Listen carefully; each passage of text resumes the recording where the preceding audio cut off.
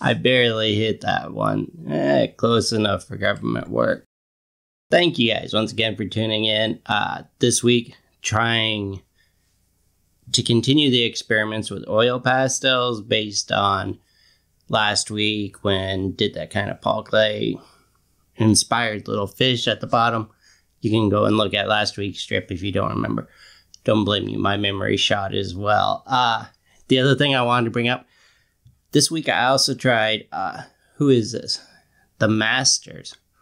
Ooh, the Masters brush cleaner.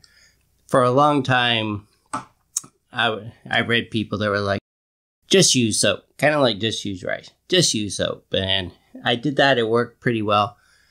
But one of the things they don't tell you with the brush cleaner is it makes a great brush conditioner. And you've seen how hard I can be on my brushes since I'm using resist. You know, I'm using different materials that kind of stick around in there. And so I decided, what the hell? Let's give it a shot. And I am very glad that I did because it turned out to be a wonderful product. I mean, it did restore my brushes, and I think this is like $5. So yeah, right now it sits in beside my kitchen sink for when I go in and wash my brushes, yada, yada, yada. Anyways, as I said this week, experimented more with oil pastels. And to combat that problem with the oil pastels blending when you rubbed off the resist, I tried using gouache to do an underpainting and then putting liquid gesso over the top. I can't remember who I heard this trick from. It worked pretty well.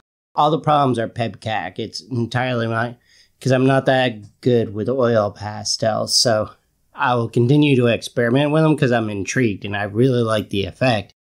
Just takes getting used to, and I'll be experimenting more with different techniques to get this out because you'll see there were a few issues going into this, but you quickly find workarounds, and that's the great thing about being an amateur. You can screw up whatever you want. Nobody's going to call you on it. Hopefully. There's some people out there. Let me rephrase that. With a very small viewership, you can get away with a lot of stuff. And that's it. I will keep from rambling since this is kind of a long video this week. But I love you all, and hopefully I'll see you soon. Take care. Bye. Back again for number 19. And I will apologize in advance in case you can hear Sybil flying around, raising a ruckus. I know each time I'm like, it's that time of the month for him, but actually, it is that time of the month. He's going a little bit crazy today. And you can tell. This time I didn't erase the footage for the inking, so starting off with the Tachikawa Nibs. I'm still desperately in love with them. I think they fit the bill perfectly. Everything that occurs is a problem of pebcac. I'll take full responsibility for it. And as I said in the introduction, this time I wanted to play around more with oil pastels and watercolors. This time I did an underpainting with gouache. Didn't turn out particularly well, I'll admit that up front, but it was really good exploring it, and this is the good part about being an amateur. You're allowed to explore these things. I think I've talked before about Maya Deren and her essay on amateur, and I think it was Filmmaker Quarterly. Definitely a good read. But she had the right point where being an amateur allows you to experiment around with different techniques, and I learned enough from this one that I'm going to keep pursuing it because I think there's something there. The hatred that I see online for oil pastels is quite puzzling, frankly, but I can see why, because it's kind of an unruly medium. But I learned a lot of things in this, so I'm very happy about it. And as you can tell, we're continuing the saga, Baby and Lemmy. Since they're going to be constant characters on here, they need a little development. Of course, all my little guys could use a little development. We're only 19 strips in. It'll be coming up, trust me. And I love drawing Al Ghul because I love the way that his ears flop over and his wings flop over. It's kind of nice to do. And you can see that there going in. And those Zebra Comic G-Nibs, they're just like the workhorse. I can understand why they're so popular.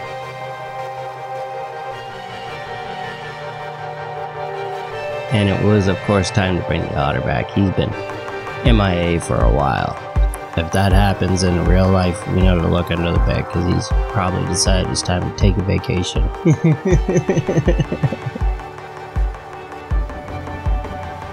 In case you are wondering where the inspiration comes from, real life stuffed animals.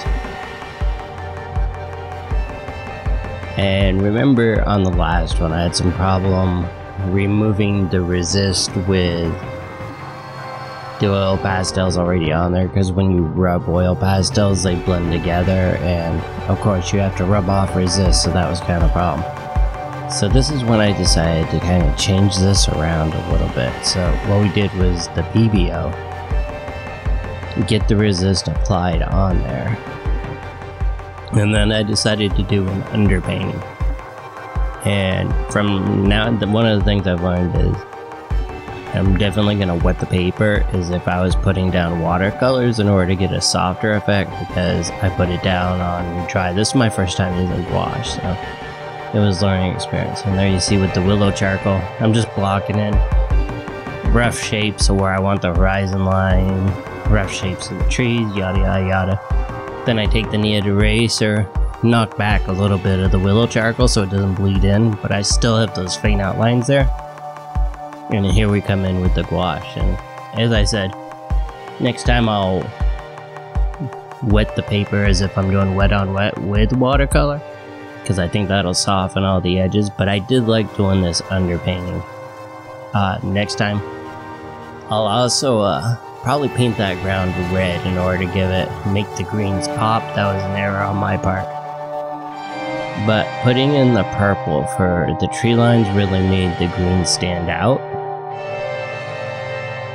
And I like doing the pink undercolor there. Underpainting, I should call it. I like doing the pink because then when you block in your clouds, it gives it that tinge of pink that you tend to see in clouds, but you don't really have to throw it in there yourself. It's already in there in the underpainting. So as I said, next time I do this, yeah, I'll wet it down. You can see how it goes in kind of thick there. And I'll play a little bit more with those colors and textures and making it more three-dimensional in its works. But for a first time, not too upset with it.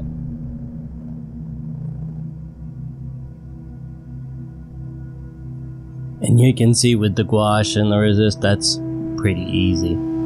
So then with that laid down, it was time to paint each of the little guys and just go in. And I paint them just as I normally would, you know. This is a little tight because they're so small here, but that's why we have the tiny brushes. And it's crazy because I always want to use the largest brush I can, but for right here, there was no way that I was going to be able to do that. And if you're putting down gouache with watercolors, don't use your watercolor brushes to put down gouache. Use like your acrylic brushes. They tend to work better like your acrylic or oil brushes. Because the watercolor brushes really hold a lot of water. That's their main purpose in life. So that's kind of a statement. I told you I was a bear of limited intelligence, didn't I?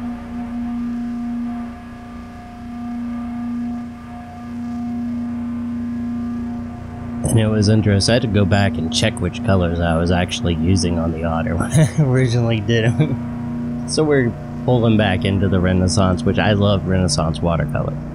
If you have a chance to try them out, I would definitely do so.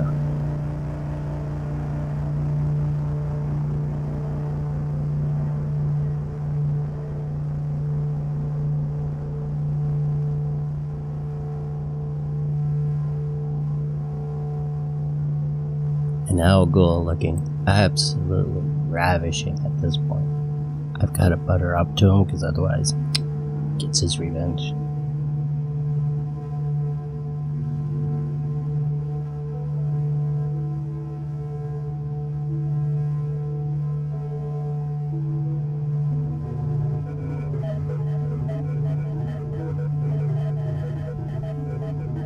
I like the way his unruly little mop of hair kind of obscures his eyes. That's always cracked me up.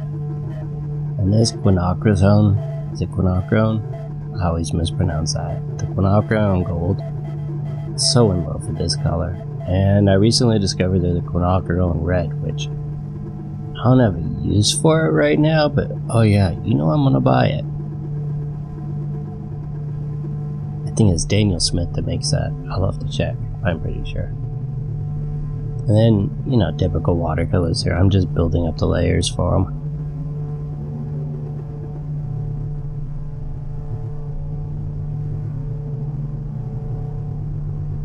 Yeah, so first I went in with a neutral tint just to give it, and then went back with a little bit of black from the watercolor confection set.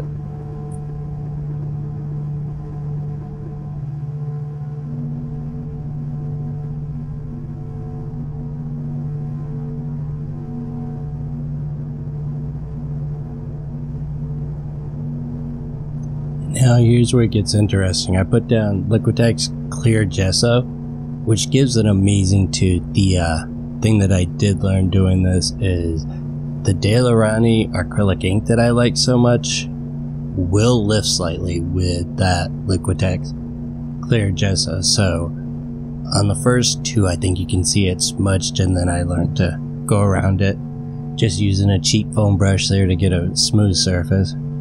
And this was the first one, and I think it shows because I was trying to be too tight with the oil pastels, and I think the real thing that you can do with oil pastels is to leave it loose and impressionistic and not overwork them. That's the hard part with any medium that you're working in, is to not overwork it so you don't lose that initial excitement and luster. And this one, I blended too much in there, so it kind of lost some. I think I got better as the four of them went along. Learned to be a little bit looser with it, and there you're almost painting using negative space with them, which is an interesting concept. It's, I don't know, it's kind of weird to wrap your head around. Once again, I'm using the rule of threes with the oil pastels, you know, 3 different shades of the colors, so you just don't have a flat field unless you're a Bauhaus fan.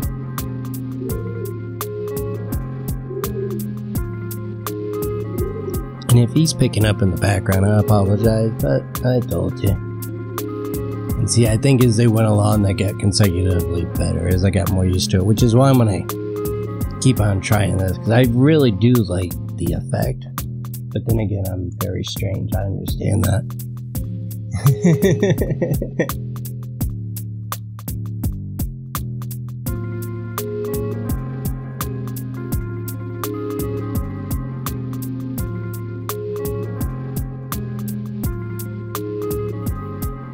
Help you interested. I'll have to try a whole bunch of different mediums since I've got the freedom to do so. It'll be a good learning experience anyways. But see, if you look at that, like the clouds there, as I was saying with the pink, then come over with a little white.